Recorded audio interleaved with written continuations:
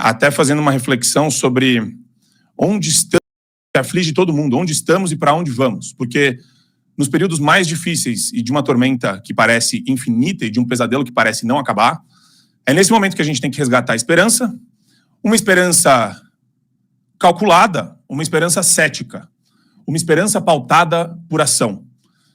Estava falando com o Sati antes de entrar no ar. Eu tive a sorte de encontrar o Bolsonaro no aeroporto.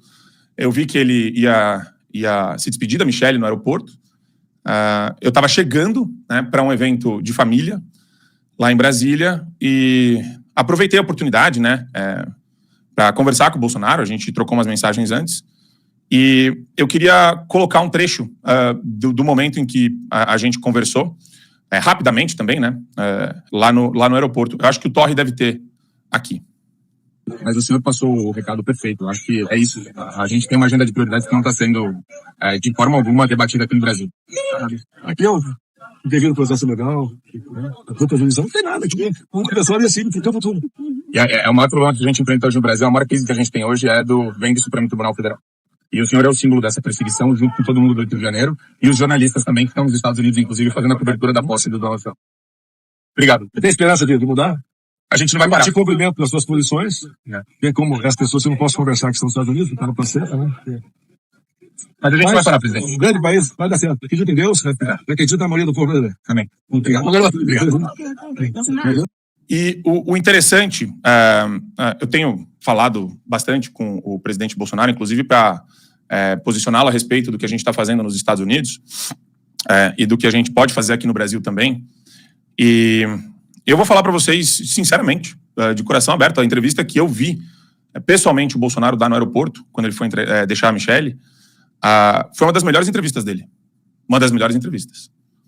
Por incrível que pareça. E o mais interessante de toda a semiótica e de tudo que eu vejo da imprensa, que é nojenta, é a maneira como eles colocaram o Bolsonaro. O Bolsonaro, ele se despediu, não é que ele chorou, ele se emocionou quando ele estava com a Michelle. E eu tenho uma postura com relação a isso, a galera deve ter visto já no passado, muito firme, né? Eu falando sobre o Safe, que hoje é um grande amigo, inclusive, e sobre outras ocasiões também, de o que significa chorar na praça pública, o que significa chorar no meio da batalha, mas definitivamente não foi isso que aconteceu. O discurso do Bolsonaro foi enfático, levantou a bola sobre tudo o que está acontecendo no Brasil, falou o nome do Alexandre de Moraes reiteradamente, né, deixou claro que existe o abuso, deixou claro que a prioridade são os presos do 8 de janeiro. Ele deixou muito claro isso nas entrevistas. Qualquer pessoa que assistir as entrevistas vai ver. Ele falou, não é a minha elegibilidade a prioridade. Minha prioridade são as pessoas perseguidas e é o Supremo Tribunal Federal com esse viés persecutório. O que eu posso dizer para vocês é que eu tenho as minhas esperanças sempre renovadas com base na postura e nas ações das pessoas.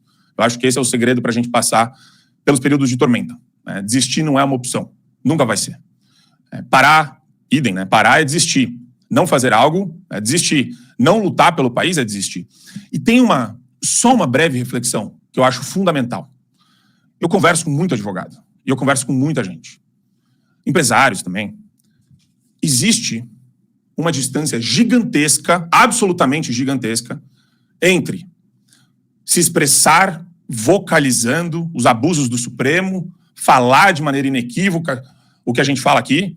Alexandre de Moraes é um mafioso. Alexandre de Moraes comete crimes em série. Alexandre de Moraes não poderia nunca estar no cargo de ministro do Supremo Tribunal Federal e hoje, por todos os crimes que cometeu, deveria estar preso. Ponto. E deveria indenizar todas as famílias que ele perseguiu e todo mundo que foi por ele prejudicado. E não fazer nada.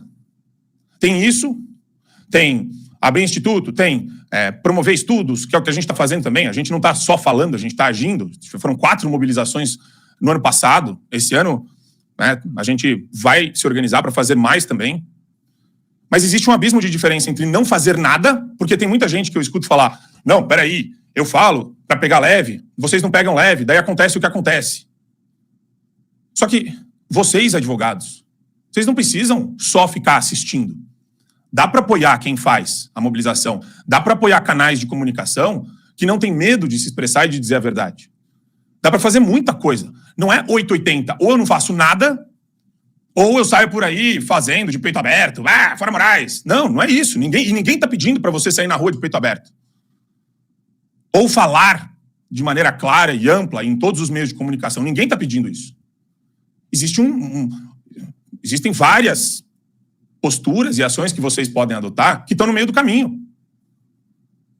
Ajudar um movimento, ajudar uma pessoa, prestar atendimento jurídico para as famílias que são perseguidas, mobilizar uma parte da advocacia que está dominada pela cultura da extrema-esquerda e pela postura identitária e pela defesa do Supremo, trabalhar para expor os abusos do Cacai, trabalhar para expor a postura desses advogados que virou uma sanha de sede de sangue e perseguição. Tem muita coisa para fazer. Não tem só o Alexandre também. É o Supremo, é o que simboliza o Supremo hoje no Brasil. Então, eu não gosto dessa postura reducionista que trata as pessoas de maneira... É muito conveniente. Não, você é louco, eu não vou fazer isso que você faz. Sim, mas o que você vai fazer? Nada. É isso? A gente normaliza a ditadura assim. É assim que você trivializa qualquer Estado e regime totalitário. Não fazer nada. Ah, mas eu assisto você. Continua. Sim, a gente vai continuar. Mas a gente precisa de um pouco mais do que isso. Ah, é chato falar desse jeito? Sim, é chato, né? Mas a gente está olhando para uma questão cultural. E com isso, meus amigos, eu digo para vocês, sim, hoje é um dia histórico, esperanças serão renovadas. A gente não pode ter falsas esperanças, ter uma falsa impressão da realidade. Isso contamina a nossa alma. Isso gera ansiedade e gera uma expectativa falsa com relação ao que pode acontecer a curto prazo. Existe muito trabalho do nosso lado antes de alguma janela de oportunidade aberta no exterior surtir efeito. E se nós não estivermos preparados aqui para aproveitar essa oportunidade que se abriu pelo exterior, aí a desesperança bate, mas bate muito mais forte. E eu não quero isso, nem para nós, nem para o meu país. E com isso dito, meus amigos, sem mais delongas, hoje eu falei demais já,